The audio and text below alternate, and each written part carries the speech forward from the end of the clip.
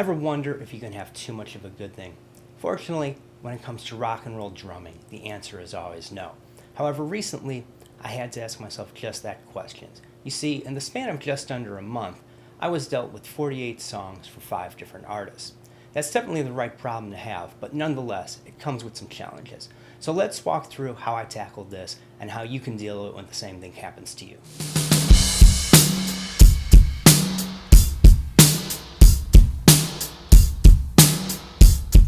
The month began with a 4-song session for a local artist here in town. At this point, things were relatively comfortable. However, that was about to change quick. The phone rang and I was offered a one-off gig.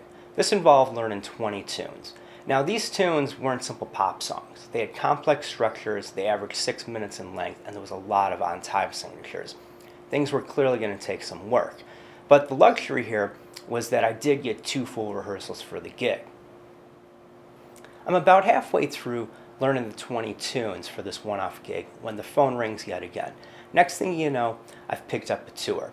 Now, the good news is I only have to learn 10 songs. However, while they're a bit easier on the structural side, there's still a lot of complex and very intricate patterns. They're definitely going to take a lot of work.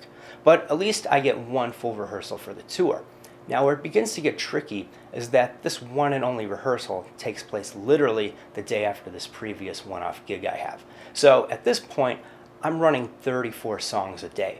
To do that, that is to play each song only once, is taking a window of 3+ hours. A lot of work, to say the least. Fast forward a bit. Now we're in the one and only rehearsal for this tour. The phone rings yet again. It appears something has happened with the headliner's drummer. He has to depart, and they want to know, can I learn this guy's set and jump in on short notice? Now keep in mind, this is Sunday evening. We leave for the tour Wednesday morning, so that leaves me Monday and Tuesday to learn an entirely new set in addition to the band I'm always working with. Well, clearly I'd be foolish to say no to that. So there we are, up to 46 songs in the month. I know what you're thinking. You said 48 songs, but right now we're only up to 46, and that's true, because before I could even leave for the tour, there was one final phone call. I was offered a 2-song session. That in itself doesn't sound like a whole lot, but you have to realize these 2 tunes were 25 minutes of music, very complex compositions that are going to require a lot of work. So much so, I think I'm going to do a video on it in the future.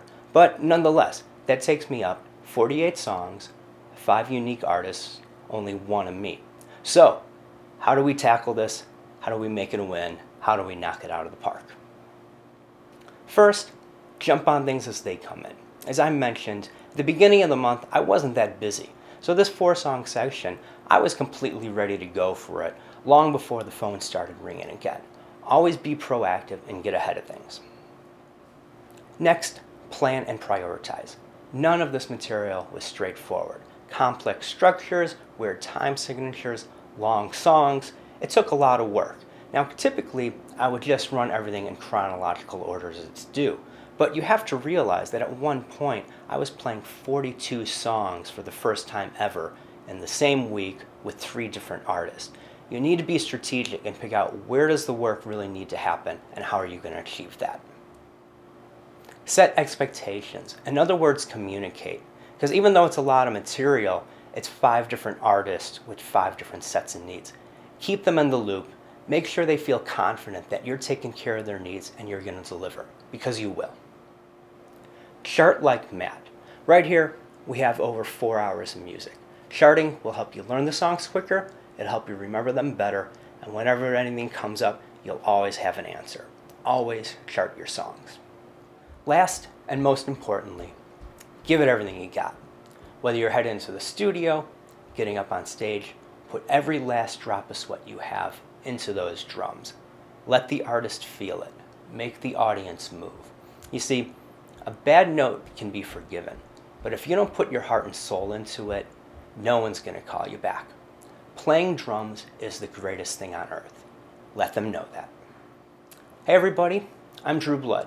Thank you so much for hanging this far with me. Are you working on a new album? Are you planning to hit the road sometime soon? There is nothing I would love more than to come in and make you look and sound awesome. Please reach out to me via my website or the social media links below, and I look forward to working with you. Have a great day.